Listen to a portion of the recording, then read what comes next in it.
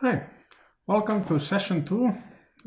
Today's session in entrepreneurial finance. It's one of those, let's say, a bit hard session. At least the text and the things that we will be covering today, you will see that the slides are very kind of focused on trying to clarify what are financial statements. And this is the goal for this session, is that by the end of the session, at least you are more or less comfortable or familiar with the three financial statements that we will be covering. They are the three main financial statements.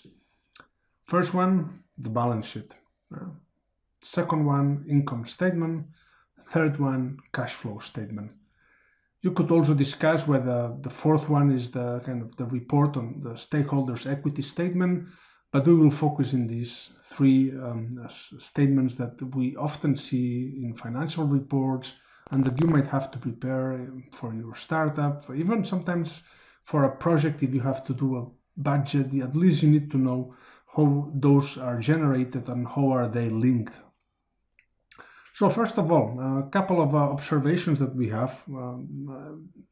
The objective here is that we understand the information that is in each of them. Not that we are experts in preparing them, in understanding how different types of accounting rules in the US or in Europe change the way that we generate them or we prepare them, but at least that we know what information is inside of them and how we should be using them. This means that we will not be entering in the specific accounting rules. Actually, we have a video that we will be using to discuss some of those so-called accounting principles, but this will be done outside of the slides for this session. You will see that most of these slides have as a source the great book that Fabozzi has recently done. This is Entrepreneurial Finance and Accounting for High-Tech Companies, MIT Press. This is the book that we are using for this session. It has 3 chapters that capture perfectly each of those elements. So, balance sheet. This is, let's say, that probably the most important document that we need to pay attention when we try to assess the current situation of a company or business. 3 elements build the balance sheet. On one side, we have assets, and then on the other side, we have liabilities and equity. Assets is quite common sense. It's basically what the company owns. So if we ask, okay, what does this company have, or what are the elements that define what is this company right now, we will be looking at those assets. On the other hand, we have liabilities and equity. This basically reflects how has the company financed the acquisition of all the things they own. As you can imagine, it's different. So equity is very much related to have those things been bought and purchase using the money that the founders or other investors put at the very beginning? Or is this company having things, so we can find that they have tangible or intangible things in the company, but actually they are just kind of loans or the things that other people are renting for some time or lending to them for some time so that they can use it. But it actually doesn't belong to them. So it's basically we are trying to understand how is all those elements that build the assets, how has this been financed, how has this been arranged. There is a simple rule that applies always, is that in the balance sheet we need to have the 2 sides need to be, as the name says, balanced. So it needs to match. Assets needs to be the same as the total of liabilities plus equity.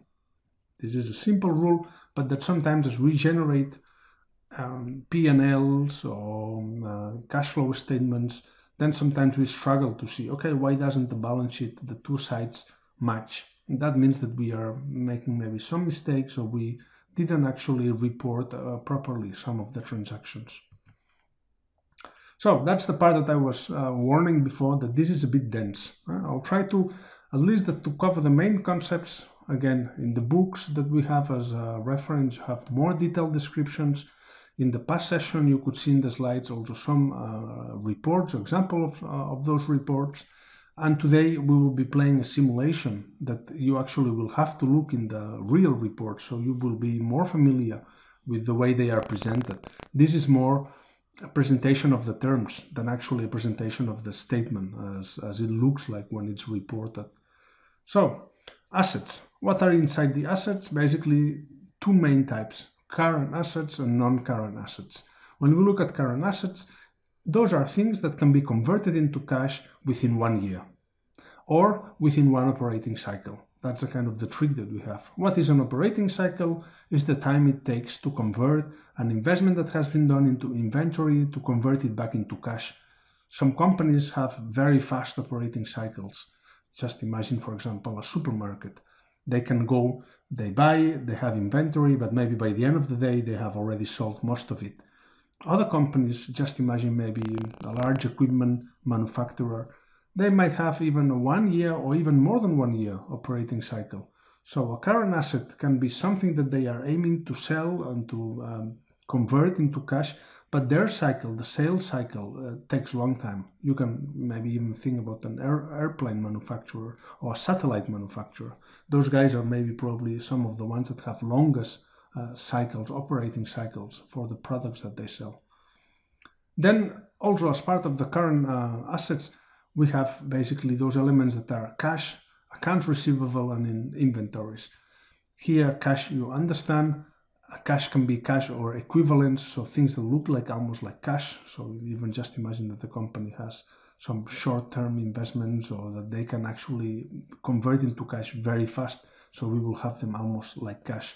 In here, accounts receivable, this is the big story. This is all the money that should be money, but this is money that we still don't have because maybe our customers haven't yet paid, but we have already invoiced them, and it's almost something that can be converted into cash if we even if we rush the customers to pay, we could get it sooner. This, as you can imagine, this account receivable can be changed and altered. For example, if we have payment issues or some clients they stop paying at some point, or they have problems to fulfill their obligations. And inventories is basically all the things that we have ready to sell. Moving a bit faster on the non-current assets and long-term assets that we have, this is, as you can imagine, all those things that we need also for our company. So we might need a property, some plant, some equipment, some machinery. This is the idea of those physical assets. Those are subject to depreciation. And this is important that we pick a method. We will be covering this probably if you are taking some more accounting specific courses, or otherwise this is something that probably your accountant can help you to also identify what's the best method or the correct method for each of the types of assets that you have. Intangible assets. This is quite complex because in Europe and in the US it's done in different ways, but mostly intangible assets are those elements that are difficult to give and assess the value, so we need to do kind of an estimate. For example, a lot of times are related to R&D expenses, patents, or other types of similar difficult to value assets.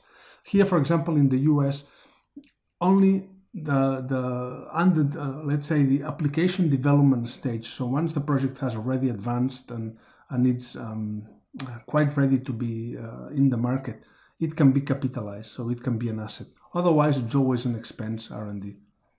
In other countries in Europe that follow more the IFRS rules, they are able to sometimes capitalize part of their R&D as this part of a project, and then this will generate new products in the future, so it becomes an intangible asset. Last, goodwill. This only happens when there are acquisitions of other companies. So if our company buys another company and the price that we pay is above the book value, then a goodwill is created. This goodwill needs to be reassessed with time, because sometimes maybe we have overpaid for a company because we expected that their brand value would help us to sell a lot, or that they had very loyal customers. And after a few years, we realize that this is not the reality, or those brands have lost value because we have closed some of the product lines. Okay, then we need to adjust and reassess the goodwill. Liabilities. This is the usually the less appealing part of the balance sheet, but it's quite important because we need to have a good balance between current liabilities and long-term liabilities.